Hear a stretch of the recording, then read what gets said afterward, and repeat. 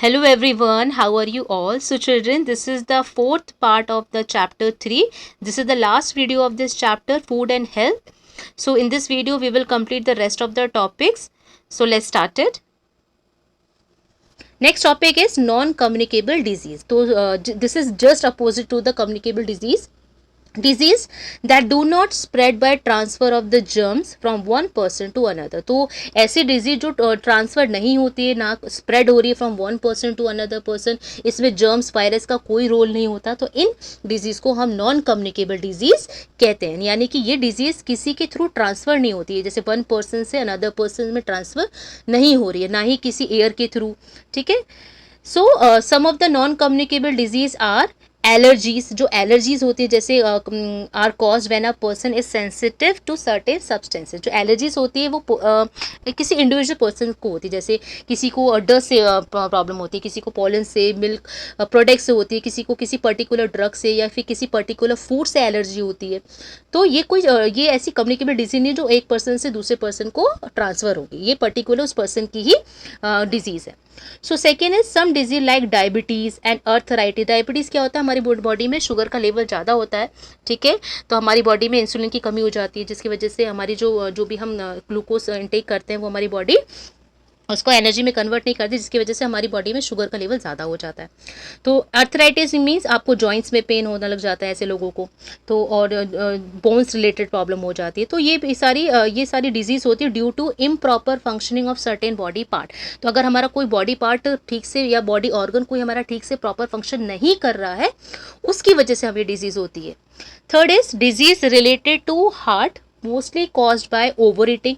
जो हार्ट से related problems होती हैं वो होती है ओवर ईटिंग की वजह, यानी हम बहुत ज़्यादा ओवर ईटिंग, बहुत ज़्यादा खाते हैं अननेसेसरी.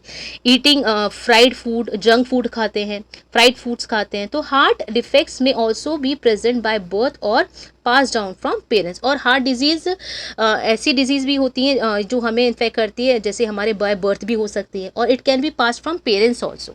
हेरिडिटरी डिजीज़ भी कहते हैं जिनको हम, जो हमारे हमें हमारे पेरेंट्स या उनके हमारे ग्रैंड पेरेंट्स से हम पास ऑन होती चले जाती हैं, तो जैसे हार्ट डिजीज़ जैसी हो गई. Then fourth is some disease like cancer caused due to unhealthy practices like smoking, drinking, excessive drinking of alcoholic beverages. तो जो कैंसर जैसी प्रॉब्लम होती है ये हमारी कुछ अनहेल्दी हैबिट्स और प्रैक्टिस की वजह से, जैसे हम स्मोकिंग करते हैं या फिर ड्रिंकिंग, हम बहुत ज़्यादा अल्कोहल कंज्यूम करते हैं, तो this is the reason causes of cancer. So some non-communicable disease are caused by deficiency of nutrients in our diet. They are classified as deficiency disease that we will study later. So children, non-communicable disease clear to all of you. ये किसी person to person spread नहीं होती है, या फिर ऐसा हो सकता है कि हमारी कोई बॉडी पार्ट ठीक से फंक्शन नहीं कर रहा, हमारा कोई बॉडी ऑर्गन ठीक से फंक्शन नहीं कर रहा, या फिर बाय बर्थ हमें कोई प्रॉब्लम हो सकती है, या फिर कोई ऐसी डिजीज़ जो हमें हमारे पेरेंट्स से मिली हुई होती है, तो ये नॉन कम्युनिकेबल डिजीज़ में आती है. कुछ नॉन कम्युनिकेबल डिजीज़ ऐसी भी होती है जो डेफिशिएंसी डिजीज़ होती है, जैसे हमें कोई पर्टिकुलर न्यूट्रिएंट हम बहुत टाइम से अपनी बॉडी हम नहीं ले रहे हैं हमारे फूड में, हमारे डाइट में, जिसकी वजह से हमें डेफिशिएंसी हो जाती है. जैसे let's know about it. So here some deficiency disease children. तो first deficiency disease is night blindness. तो person cannot see in the dim light. तो ऐसे लोग dim light में नहीं देख सकते. नाइट ब्लाइंड यानी रात को उन लोगों को दिखाई नहीं देता, बहुत कम लाइट में होती है, तो उन लोग दे कांट सी. सो ये किसकी कमी की वजह से होती है? Vitamin A. अगर हम विटामिन ए नहीं ले रहे हैं बहुत टाइम तक, तो हमारी बॉडी में इसकी डेफिशिएंसी होने लग जाएगी, और जिसकी वजह से नाइट ब्लाइंडनेस, हमारी आइज़ बहुत वीक हो जाएगी और हम रात में नहीं देख सकते या डिम लाइट में नहीं देख सकते. तो हमें कैसे फूड को कंज्यूम करना चाहिए? Food we which have these vitamins and minerals.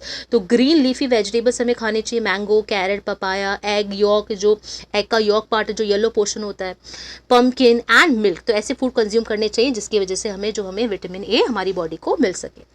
Second is berry berry. Berry berry क्या होती है? ये हमारी आई स्किन की ग्रोथ पे इफेक्ट करते हैं. ठीक है. जो फॉर्मेशन ऑफ ब्लड है, हमारे ब्लड का फॉर्मेशन और मसल्स में हेल्प करते हैं. तो हमें किसकी कमी से होता है? ये हमें विटामिन बी की वजह से होता है. जैसे हम कौन कौन से फूड से हमें विटामिन बी मिलता है? Cereals, beans, brown rice, yeast, meat and peas. Third is scurvy. Scurvy disease में क्या होता है? हमारे जो गम्स और जॉइंट्स होते हैं, इनमें जैसे हमारे गम्स में ब्लीडिंग यानी ब्लड आना स्टार्ट हो जाता है, हमारे जो जॉइंट्स होते हैं उसमें स्वेलिंग आना स्टार्ट हो जाती है. तो ये किसकी कमी से होता है? Deficiency of vitamin C. तो हमें कैसे फूड कंज्यूम करना चाहिए ताकि हमें विटामिन सी की कमी ना हो और स्कर्वी जैसी डिजीज़ ना हो। सिट्रस फूड कौन से होते हैं? जिसमें सिट्रिक एसिड होता है। तो सिट्रस फूड खट्टे फूड होते हैं, ऐसे जैसे आंवला हुआ, प्लम्स हो गए, लेमन, टमाटो, स्ट्रॉबेरीज, तो ऐसे फूड हमें कंज्यूम करने चाहिए। देन रिकेट्स में क्या होता है? हमारी जो बोन्स होती है बहुत ज़्यादा सॉफ्ट हो जाती है, जिसकी वजह से वो ईजिली बैंड हो जाती है। जो स्ट्रक्चर होता है हमारी बोन्स का, सॉफ्ट होने के कारण उसका स्ट्रक्चर ख़राब हो जाता है, बैंड हो जाता है, ऐसे लोग ठीक से चल भी नहीं पाते। तो किसकी डेफिशिएंसी की वजह से होता है? ये होता है विटामिन डी। तो हमें कैसे फूड कंज्यूम करना चाहिए? इससे milk, fish, cod liver oil, code fish होती है जिसके लिवर से हमें ये ऑयल मिलता है, इसके कैप्सूल्स भी आते हैं, और एग्स वगैरह हम कंज्यूम कर सकते हैं।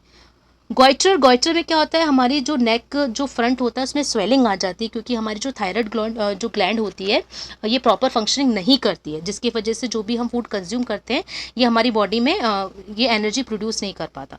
तो जिसकी वजह से क्या होता है? हमारी जो नेक होता है उसमें स्वेलिंग आना स्टार्ट हो जाती है।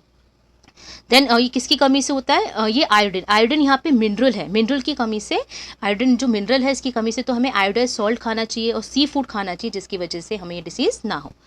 अनीमिया में क्या होता है? Patient become tired easily. इसमें क्या होता है? हमारी बॉडी में आयरन की कमी हो जाती है। जब हमारी बॉडी में आयरन की डेफिशिएंसी हो जाती है तो हमें अनीमिया जैसी प्रॉब्लम हो जाती है, यानी कि हमारे जो ब्लड होता है, ब्लड में हमारी जो रेड ब्लड सेल्स होती हैं, रेड ब्लड सेल्स क्या होती है? रेड ब्लड सेल्स हमारी बॉडी में ऑक्सीजन को कैरी करती है, हमारे पूरे बॉडी में ऑक्सीजन को सप्लाई करती है।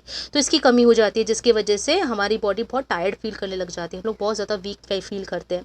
तो हमें कैसे फूड कंज्यूम करने चाहिए? ग्रीन लीफी वेजिटेबल्स, रेजिन्स क्या होते हैं? किशमिश, डेट्स, छुआरे, apple, meat and mango.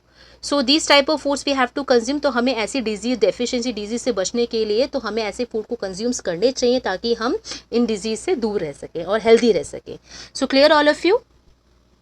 So evaluation time here children, match the followings are there. तो आपको, आपकी बुक एक्सरसाइज है ये, आपको खुद ही मैच करना है। तो आप देखो कि मलेरिया का किससे मैच करोगे, इसका सुटेबल मैच कौन सा है? Vaccination, vitamin D, allergies and dengue. तो आपने ये वीडियो अच्छे से समझा है, तो I hope you all are able to complete all this exercises. आप जो भी बुक एक्सरसाइजेज आप उसको ईजिली कंप्लीट कर सकते हो, ठीक है। And children, question and answers of this chapter you will get from the school's website, online contents में आपको मिल जाएंगे। So keep watching the videos and study well and take care all of you. Thank you.